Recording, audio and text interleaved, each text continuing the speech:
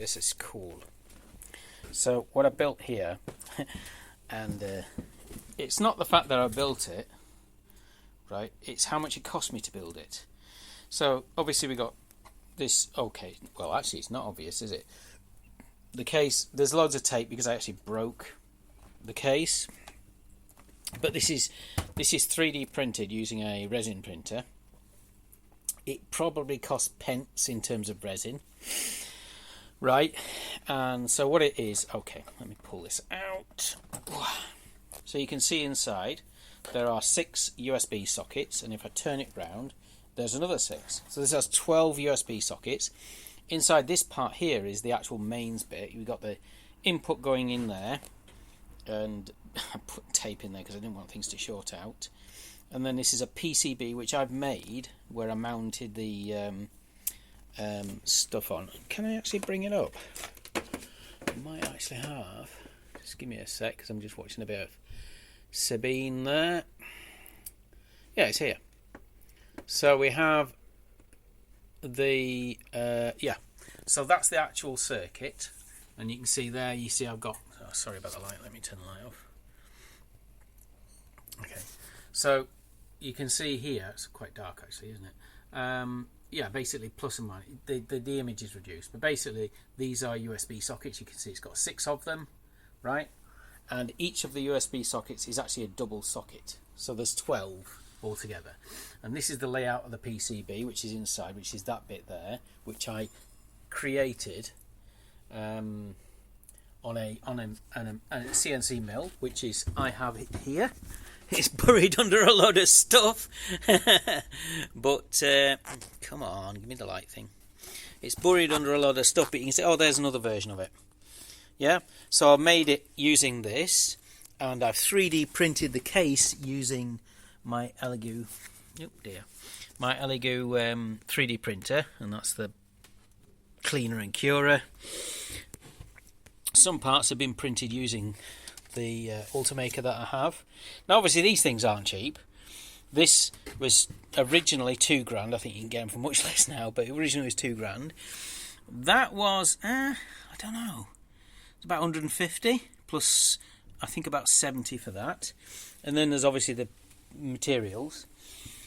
So obviously, you know, you're talking about a fair, you don't need to pay £2,000 for a print. This one I got here, this one that you can see buried under this stuff here, is it's been a while since I've done some 3D printing. That was actually £100. It was like £99 something. Yeah, and obviously I've got all my equipment here. It's my soldering station, and so it obviously takes money for the equipment, but the actual product, I'm pretty sure that the entire thing would have been inside £10. Might have been less. Now that's 12 outputs, okay, because I've got 6 on each side. Needs fastening down, of course. And the power pack inside is 6 amps. 5 volt 6 amps, right? Which means that each one of those 12 outputs can have the 500 milliamps USB spec output. Yeah. And so what I'll do is I'll plug this one. Can I get it in? If I plug this one in here, no, I'll do. Put it in the other side, because it's okay to just simply. Sorry, I'll have to do this. Might be a bit odd with the view, but there we go. There, right. So it's in there, just so you can see that they all work randomly. Okay, it's a bit loose inside, and I've got the power in here. I've got a phone plugged in here, right? Turn it on, and the phone's registering its charging. Okay, you can see that. Oh, I don't know if you can. Maybe you can, maybe you can't. Oh, it's gone off again. But it. Okay, let's pull this in. Yeah, you might be able to see it saying it's charging. Okay, I'll tell you what. Let's just. Oh, it said charging slowly. I just saw it then, didn't I? But we can bring up the. Sorry, I know I do this a lot, and I know it's irritating when you're watching my videos. There we go. Charging on AC. Okay. How do you know it's AC when it's actually DC?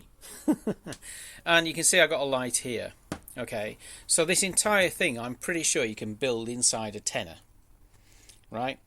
And that will charge 12 things, you know, from a main supply, of course, right? And it's obviously not big.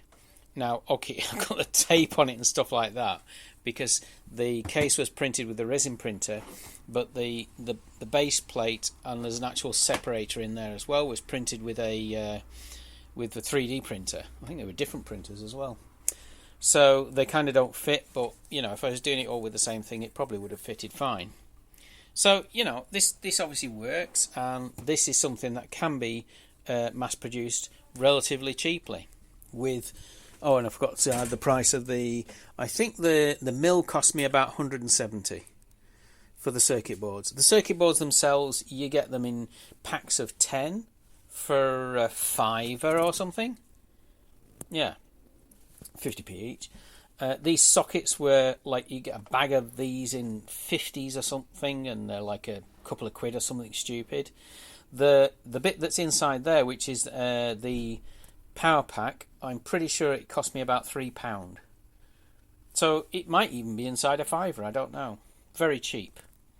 Yeah, as long as you've got the kit to make it. Oh, and this socket, plus the wire and other stuff, you know what I mean, solder. Yeah, so there we go, you see. One charger, yeah, does the job, yeah. Charging a phone. I've actually blown up one already. Dumbo got the wires the wrong way around on this PCB, so negative was positive, positive, negative. Plugged my phone in, blew it up. That's why I'm using this, because if this doesn't light up, I know I got it the wrong way, or there's no power. Yeah, so I've got all of it's now tested, of course, because it does work. So this is something that can be mass produced quite cheaply with the right equipment. You know, for selling in the European markets and stuff like that, it'll need CE marking and stuff like that. But I'm not thinking about that. I'm thinking about selling it in Africa, where they don't have trading standards and CE marks and stuff like that. Not that it shouldn't be good, but they just don't have those things, so you don't have to pay extra for those.